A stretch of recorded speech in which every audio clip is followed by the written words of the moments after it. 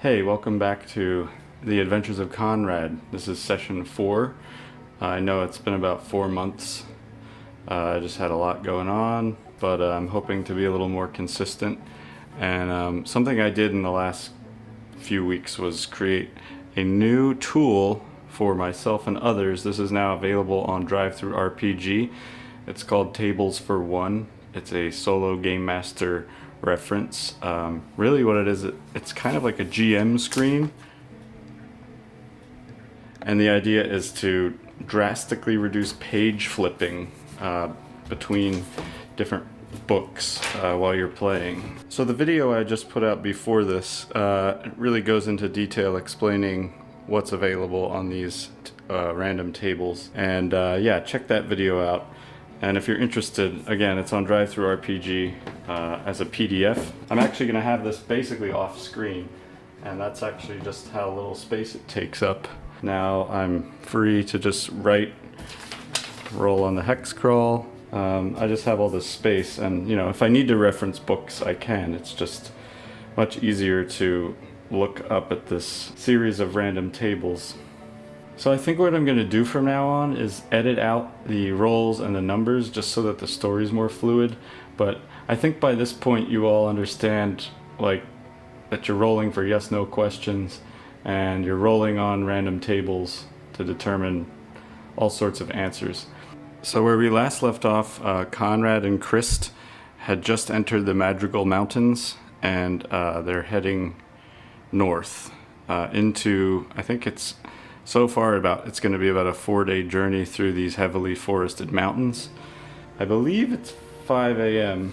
I'm going to call this chapter 4, Into the Mountains. And once again, they're on their way to Madrigal to find out what they can about Konrad's past. Just as a reminder, Konrad is sort of an amnesiac. He doesn't know who he is, and they're heading north to this town that he remembers called Madrigal. I'm gonna roll on the weather table. So for the temperature, it's cold. I think it's 5 a.m. right now. Moderately windy. There's light rain, and there are scattered clouds. One cool thing I've included is a series of plants based on terrain type. One of them is forest/mountain plants, so I'm gonna roll on that. Maybe I'll roll up 3 to see what they get. So there are a lot of cedar trees, mushrooms, and cherry trees. You can roll as many times as you want on these, but I thought 3 was a good number just to get a general idea. So there's a lot of cherry and cedar and a lot of mushrooms. There's mushrooms on every chart, and I figure people can roll to determine whether or not they're edible, hallucinogenic, or toxic. Yeah, let's see if they can identify, maybe by the color. What color are all these mushrooms that they see? They're white, and then there's a value table I'm gonna roll on. They're light white, so they're these pale mushrooms that blanket the forest floor amongst the cedar and cherry trees. So Khrist is pretty hungry. I'm going to ask the oracle if he can investigate. So I'm going to ask, can Khrist determine whether or not the mushrooms are edible, hallucinogenic, or toxic? I'm going to say that's a 50-50. No, but. So, no, he can't determine what they are, but I think he's going to try one. Can he taste whether or not it's poisonous? 50-50. Yes, but. So I'm just going to say yes, he can tell. I'm going to roll a d3. 1 to 2, they're edible. 3 to 4, they're hallucinogenic. 5 to 6, they're toxic. It's a 1. So he determines that they're edible, and he says, Konrad, my friend, these mushrooms, they're edible. They're just going to pick these mushrooms and put them into their pouches. So they have plenty of food right now. Enter the foothills of the mountains, find lots of edible white mushrooms. Okay, another thing I'd like to roll, which I probably should have done first, was roll on the atmospherics table, which is a pretty cool addition just to add some mood to each hex as you're going through it. It's feeling hopeful as they're entering these foothills. And that makes sense because they just found like a ton of edible mushrooms. They're not toxic. Maybe the cherry trees are blossoming and the cedars smell really good. So one thing I had to do as far as points of interest and random encounters is I had to change from a D8 and a D6. I made everything work with a D20. So in each hex on a 1 to 5 you get a point of interest. and then you roll again. On a 1 to 5, you get a random encounter. So points of interest, yeah, so they actually do find a point of interest, and I roll again to see what it is. Oh, they come across a settlement, which I have tables for. It's a village, and what size is it? It's a small village. What condition is this village in? Average condition. I also have a table for building materials, so let's see what most of these structures are made out of. Granite. So this is like a stony, small, average condition village. I have a purpose table to determine what the purpose of the village is. Hurt. Okay, so this village exists to hurt someone. Is it people? 50-50. No and. Okay, so I'm gonna say no, it's not designed to hurt people, and it is probably designed to hurt whatever the opposite of people are. And I don't think animals are the opposite of people. I think monsters would be the antagonist anyway. So this average sized granite village that they've come across in the foothills, its purpose is to maybe imprison monsters or torture them perhaps. Let's roll the atmospherics table to sort of get a vibe of the village. Forlorn. Yep, that makes sense. So it's still raining lightly as they approach this forlorn stone village. And I'm gonna guess you can hear some crying out like from one of these buildings. It's a little bit spooky here, but let's say that because Konrad is somewhat of a monstrous figure, he really doesn't like the looks or the sounds of this place. And he says to Khrist, I don't like the looks or the sounds of this place. Let's get out of here. We'll go around. So I'm going to ask if they see anybody patrolling this area. 50-50. Yes, but. Okay, so yes, they see some sentries or something, some guards patrolling this area, but the guards don't notice them. So I could decide which edge of the settlement they're going to sneak around, but I think I'll take this as an opportunity to show off the compass that I made, the D20 compass. You have to know what cardinal and ordinal means. Cardinal is northeast, southwest. Ordinal are the diagonal directions, northeast, southeast, southwest, northwest. So with this compass, you roll twice.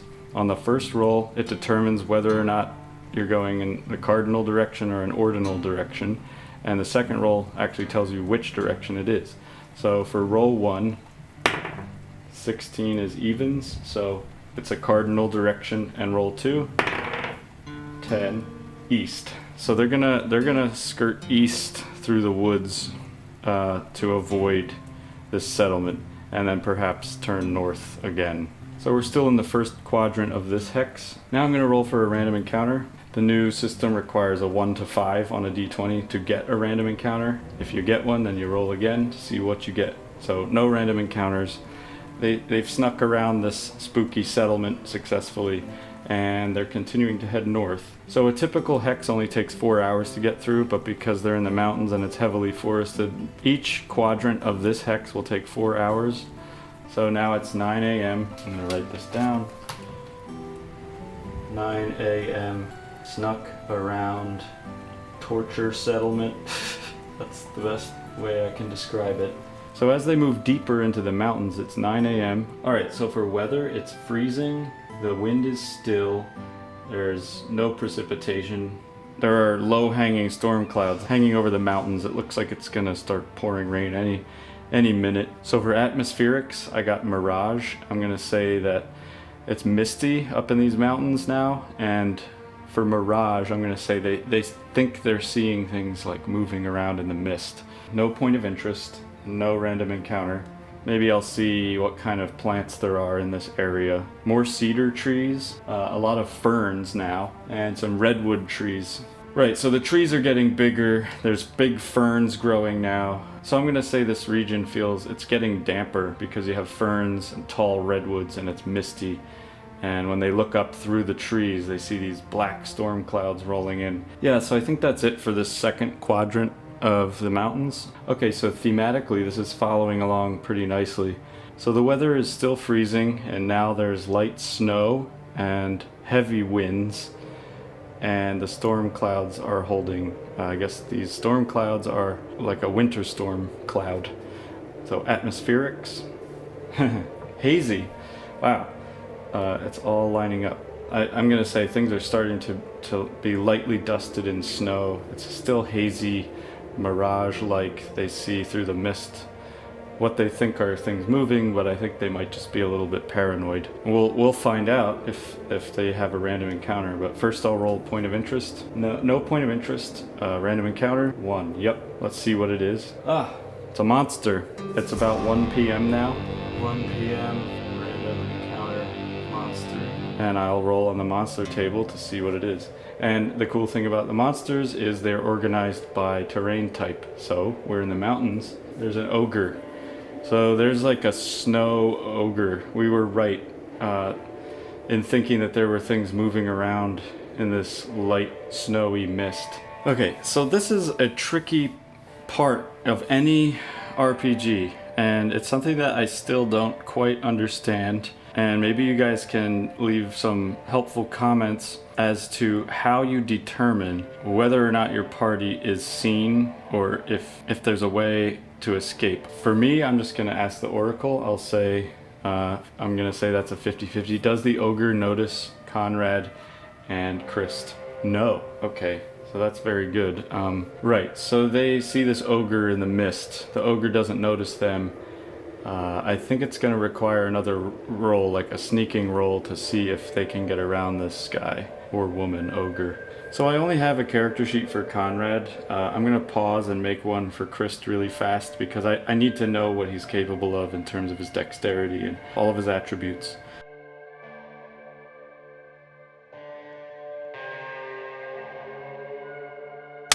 So I'm gonna roll for the ogre's reaction when he spots these two. Alright, so he's hostile. So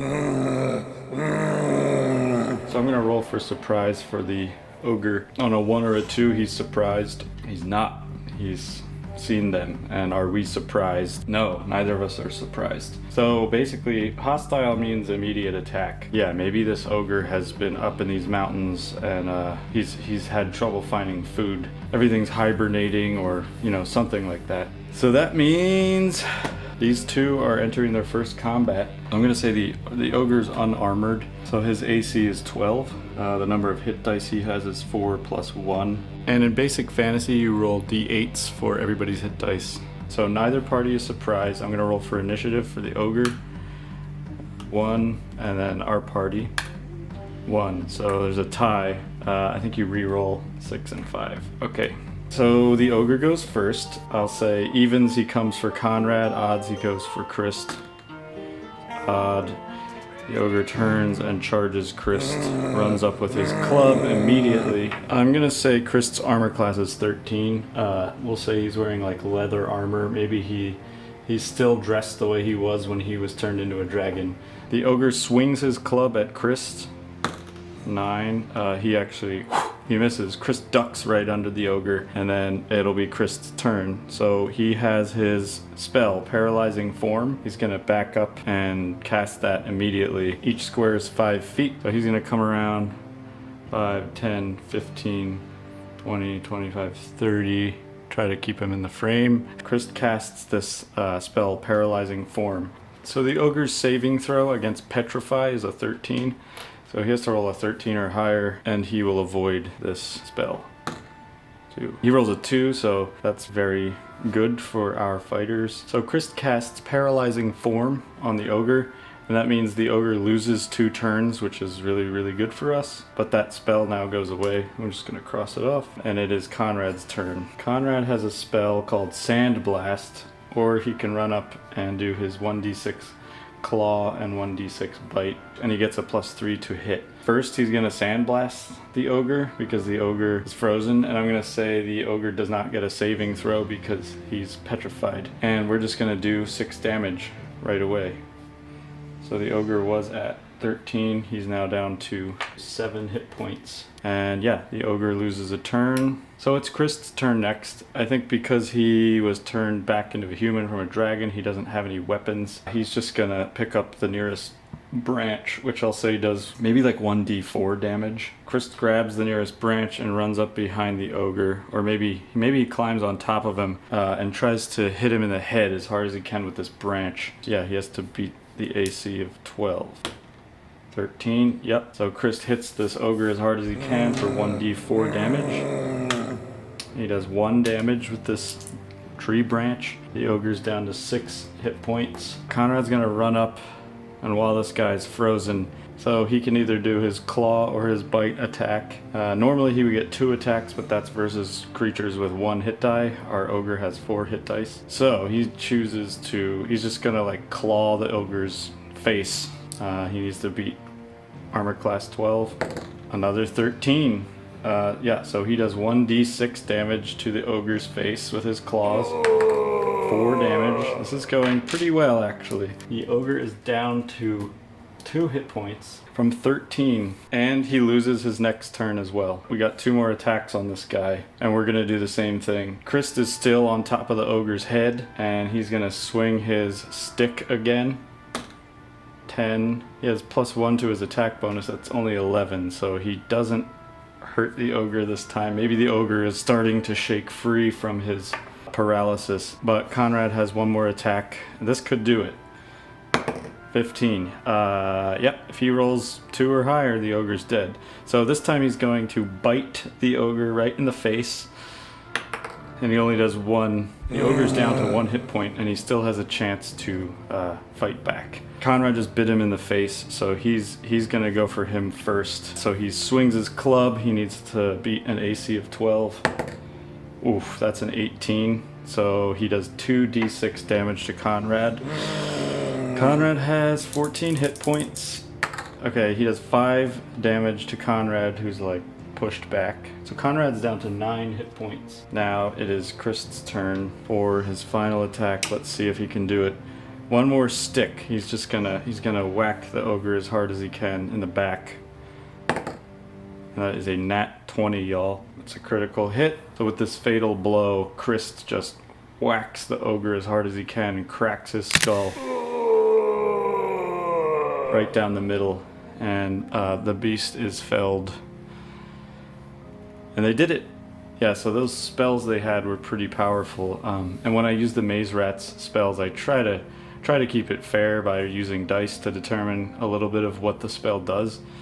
Otherwise, it can just be like unfair. But I think, yeah, we got lucky with Konrad's Sand Blast that did an automatic 6 damage, and Khrist's Paralyzing Form spell to make the ogre lose 2 turns altogether. That was kind of a lucky fight, I think. So they fell the Snow Ogre. So Konrad's back up. They're gonna like loot this guy to see if he has anything. As per the basic fantasy rules, I'll roll 3d6 multiplied by 10 for the gold. So they get 130 gold. They're gonna split that. I'm gonna roll on the Oracle to ask, does he have any objects or artifacts on him? And I'll say that's 50-50. Yes, but we'll see what it is, and then we'll see what the but is. I'll roll in the objects and artifacts table in my tables for 1. Armor. So even though he was unarmored, maybe he had some stashed away. So let's say that they find a little cave belonging to the ogre. This is his home.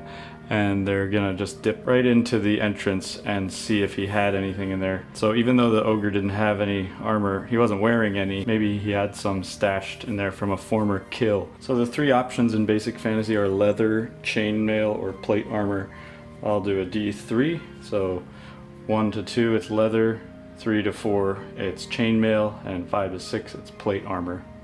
Okay, so it's more leather armor. That's good. Konrad didn't have any armor, so they come out of the cave, and Konrad has this new leather armor, which is going to increase his armor class to 13. So just for fun, I'm going to see what sort of motif is on Konrad's leather armor. I'll do a D3 to see if it's plants, monsters, or animals. So it's a plant motif, plains plants. So purple needlegrass is the motif on this leather armor. Yeah, it's white. That's kind of cool. So Konrad has this white leather armor with the image of needlegrass sticking up. What's the texture of the armor? There's also this table. Gnarled.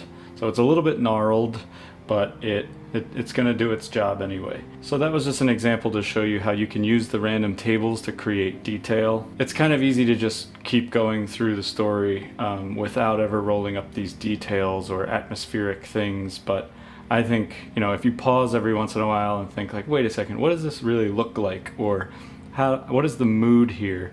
I think it can really make the game a lot more immersive. So now I have this very strong visual of Konrad's white gnarled leather armor. And just to finish this session off, I'm gonna see them through the final quadrant of the mountains. The temperature's mild, there's a light wind, it's still misty, scattered clouds, so it feels like it's cleared up. Makes sense, they've just killed this ogre and they're sort of in the home stretch of at least this mountain range. We don't know what they're gonna get in the next hex, but point of interest, 3. Okay, they actually get one. And it is a series of hillocks, which are basically just hills. So I'm gonna say they're actually coming down out of this mountain range into a series of foothills. And random encounter? No random encounter. Yeah, so that seems to complete this first series of mountains. They may enter more, I'm not sure, but they have bested these mountains. They killed this ogre.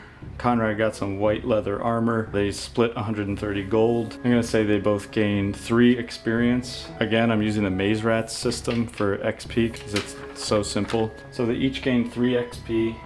Konrad's up to 11 XP and Khrist is up to 7. I'm going to do the more detailed leveling stuff after I'm done filming. I hope you enjoyed this one. I feel like more stuff is gonna happen now that I have a 1 to 5 on a D20 as my system for points of interest and random encounters. Yeah, if you like the tables for 1, if you think that's something useful for you, go check it out on DriveThruRPG. Yeah, so I think that's it for these guys. They're still alive. Konrad's probably gonna need to recover some health, but we'll get there when we get there. So thanks for watching and take care.